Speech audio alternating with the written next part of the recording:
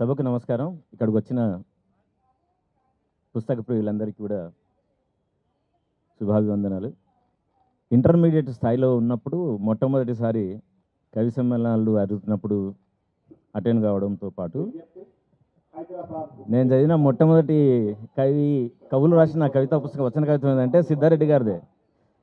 కాగడ అని 80లో కదనా, 78 దివిటి యా. ఆ పుస్తకం చదివిన తర్వాత చాలా ఆశ్చర్యం వేసింది. అరే అవును కదా, మనకు అనిపించిన ఇట్లా రాయొచ్చు కదా అనిపించిన తర్వాత ఆ దివిటి పుస్తకం ఇన్ఫ్లుయెన్స్ తోటి నేను చాలా కవితలు రాసినాం. ఫార్చునేట్లీ మేము సిద్దిపేటలో పుట్టడం మూలాన సిద్దిపేటలో కవులు ఎక్కువ ఉండేవాళ్ళు. అప్పుడు నాటకాలు ఎక్కువ వేసేవాళ్ళం. సిద్దిపేట కళాశాలలో కూడా ఎప్పుడు రెగ్యులర్గా కల్చరల్ యాక్టివిటీస్ జరుగుతూ ఉండేది. అందులో మాకు లైబ్రరీ కూడా ఉంది అక్కడ సిద్దిపేట మార్కెట్ దగ్గర. ఆ లైబ్రరీలో రెగ్యులర్గా కవి సమ్మేళనాలు అవుతుండేది, చర్చలు జరుగుతుండేది. ఇవన్నీ కూడా చాలా ప్రభావం చూపించడం ఒక పార్ట్. కవితలు రాయొచ్చు అని మాత్రం సిద్ధారెడ్డి గారి దివిటి పుస్తకంతో మమ్మల్ని ప్రభావితం చేసి మేము రాయొచ్చు అని అనిపించింది. అప్పుడున్న సిద్దిపేట కళాశాలలో చాలామంది తెలుగు లెక్చరర్స్ మమ్మల్ని ఇన్ఫ్లుయెన్స్ చేశారు. ఆ తర్వాత పీజీకి ఉస్మాన్ యూనివర్సిటీ నిజాం కాలేజీకి వచ్చిన తర్వాత చాలా ప్రభావం చేసిన పుస్తకం ఏంటంటే నిత్య జీవితంలో భౌతిక శాస్త్రం. That change the whole perspective of looking at the things. అంటే మన నిజ జీవితంలో జరిగే ఎన్నో రకాలైన వాటికి భౌతిక శాస్త్రంతో ఎక్స్ప్లెయిన్ చేయడం, విషయాన్ని సాంకేతికతో ఎట్లా చూడాలి అనేది ఆ పుస్తకం చాలా, అది రష్యన్ బుక్ తెలుగులో అనువదించిన తర్వాత చదవడం జరిగింది. ఆ తర్వాత చాలా large spectrum of Telugu literature మేము చదవడం జరిగిన తర్వాత నేను ఫిజిక్స్ పిహెచ్డి ఏసీ అబ్రాడ్ వెళ్ళొచ్చి వచ్చిన తర్వాత there was a conflict was going in my head. అప్పుడు ఈ ఇంటర్మీడియట్ ఎడ్యుకేషన్ చాలా ఉధృతంగా ఈ కార్పొరేట్ కళాశాల యొక్క ప్రభావంతో ఎక్కువ మంది చనిపోవడాలు, నేను కూడా అప్పుడు ఐఐటి పిల్లలకు పాఠాలు చెప్పడాలు ఇవన్నీ చూస్తుంటే it challenged my existence. What for I'm really doing? I'm adding pressure to the society, or I am really here to help the people to come out of the pressure? Then I took a decision to shift my professional career from physics to the psychology.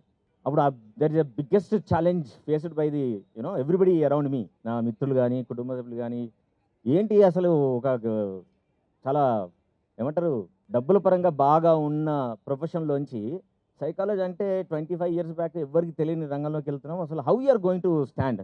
What for? నువ్వు ప్రొఫెషన్లో ఉన్నావని సంగతి ఎవరికి తెలియదు. నువ్వు వచ్చి ఈ రూమ్లో కూర్చుంటే నీ దగ్గరికి ఎవరు వస్తారో నువ్వు ఎవరికి తెలుస్తావు. ఆ కాలంలో మాకు ఇంటర్మీడియట్ డిగ్రీ చదువుతున్నప్పుడు శ్రీపాద సుబ్రహ్మణ్య శాస్త్రి పుస్తకం ఉండేది, మాకు ఒక కథ ఉండేది.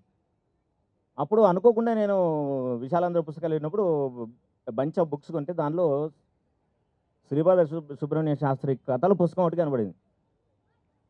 దాంట్లో చాలా కథలు ఉన్నాయి. గులాబీ అత్తర్ అని ఒకటి ఉండే, తర్వాత వడ్లగింజ అని ఒక కథ ఉంది. That story you cannot believe, it change my whole life style. దాంట్లో ఎట్లా అంటే ఒక చెస్ ప్లేయరు, చెస్సే జీవితంగా జీవిస్తున్న వ్యక్తి జీవితంలో ఏ రకంగా కూడా ఆసరా లేని పరిస్థితి లోపల రాజధానికి వచ్చి అప్పుడు గజపతి రాజు యొక్క మన్నన పొందాలి, నా ఆర్ట్ను చూపించాలి అని ఆ రాజు ఒక అనౌన్స్ చేస్తాడు. చెస్లో కనుక నన్ను ఎవరైనా ఓడిస్తే ఈ దేశంలో ఈ రాజ్యంలో సగభాగం ఇచ్చేస్తానంటాడు. అరే ఇది బాగుంది కదా అని చెప్పి ఆ చెస్ ప్లేయర్ వస్తాడు. రాజధానికి వచ్చిన తర్వాత రాజును గెలవడాలంటే ఈయన బట్టలని మాసిపోయి ఉంటాయి, చినిగిపోయి ఉంటాయి, బక్కగా ఉంటాడు. ఈయన ఎవరు రానిస్తాడా, చాలు అందరు వెళ్ళి రాజు టైం వేస్ట్ చేస్తారా ఏంది అని పంపించేస్తాడు. దాంతో క్వశ్చన్ మార్క్ వచ్చి, అరే ఎట్లా, how I can become a best chess player, or how I'm going to reach out the king అని ఆలోచిస్తున్న క్రమం లోపల పుట్టకుళ్ళమ్మ చెప్తుంది, అరే బిడ్డ నువ్వు తెలివైన వాడు నిజమే, నీకు తెలుసు, ఈ ప్రజలకు తెలియదు కదా అన్నట్టు. ఈ ప్రజలకు తెలియజెప్పే పని చేయాలి నువ్వు ఏదన్నా అంటే, అరే నిజమే కదా, ఏం చేయాలి నేను మరి అంటే ఆమె చెప్తుంది, నువ్వు వెళ్ళి ఇక్కడ రాజధానిలో చాలా ప్లేసులు ఉన్నాయి, అక్కడ చెస్ ఆడుతూ ఉంటారు, you should go there and perform your skill అంటాడు. అరే భలే ఉంది కదా అని చెప్పి ఆ ఒక ఊరికి ఒక కార్నర్లో ఉన్న మామూలు ప్రజలు ఆడుకునే చెస్ ప్లేస్కి వెళ్తాడు. వెళ్ళి అక్కడ చూస్తుంటాడు. చూస్తుంటే ఒక మ్యాచ్ డ్రాక్ వచ్చేస్తుంది. ఒక వీక్ పాయింట్ ఉన్న ఆయన దిక్కుపోయి ఆయనకు చెప్తాడు, నువ్వు ఇట్లాగా చేసేది ఇగో ఈ రాజుకి ఇట్లా షా పెట్టు, నువ్వు గెలవచ్చు అని పెట్టగానే ఒక్కసారి మ్యాచ్ యొక్క ఏంది తీరు మారిపోతుంది.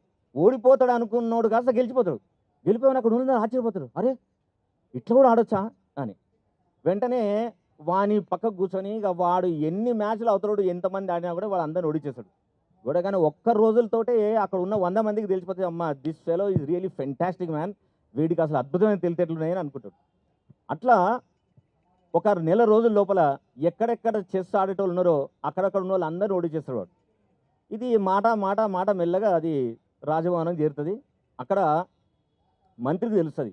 రాజు చిరాకు పడతా ఉంటాడు, ఏంది మన రాజ్యంలో నాతో నిలబడి కూర్చొని గంట సేపు ఆడేవాళ్ళు లేరా, చిచి నువ్వు అన్యాయం చేస్తున్నారు మీరందరూ, అసలు పని చేస్తలేరు మీరనే చిరాకును ప్రదర్శిస్తూ ఉంటాడు. వెంటనే ఈయన పేరు అక్కడ చేరుతుంది.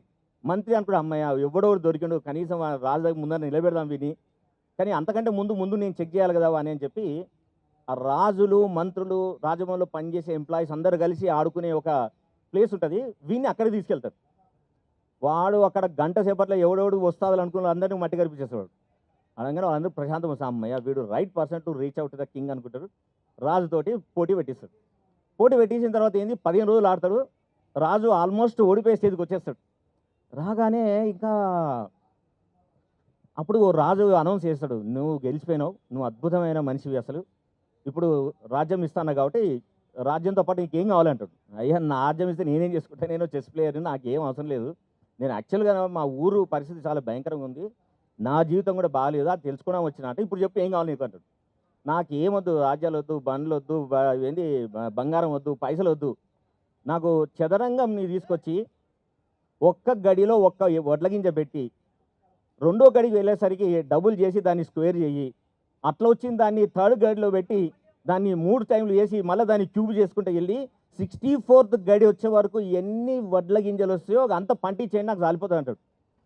అనగానే రాజంటే, అరే పిచ్చను నువ్వు, నాకు అర్థం కాదు, అందరు తీరుతారు వాడిని ఎవరు వచ్చిన వాళ్ళందరూ, నువ్వు నిజంగా వేస్ట్ వేలో ఉన్నావు కూడా, నాకు వడ్లాడుతాడా అంటే సరే అంటాడు రాజు అనేసి లెక్కలు మొదలు పెడతాడు. నెల రోజులు లెక్క తెలియదు, లెక్కలు పెట్టి పెట్టి మొత్తం మ్యాథమెటిక్స్ ఎక్స్పర్ట్స్ ఉన్న వాళ్ళందరినీ తీసుకొచ్చి చేస్తే ఆఖరి తెలుస్తుంది ఏంటంటే కనీసం ఒక 50 ఎకరాల విస్తీర్ణం లోపల ఒక 100 సంవత్సరాలు పండితే పంట ఎంత వస్తుందో అంత లెక్క తెలుస్తుంది.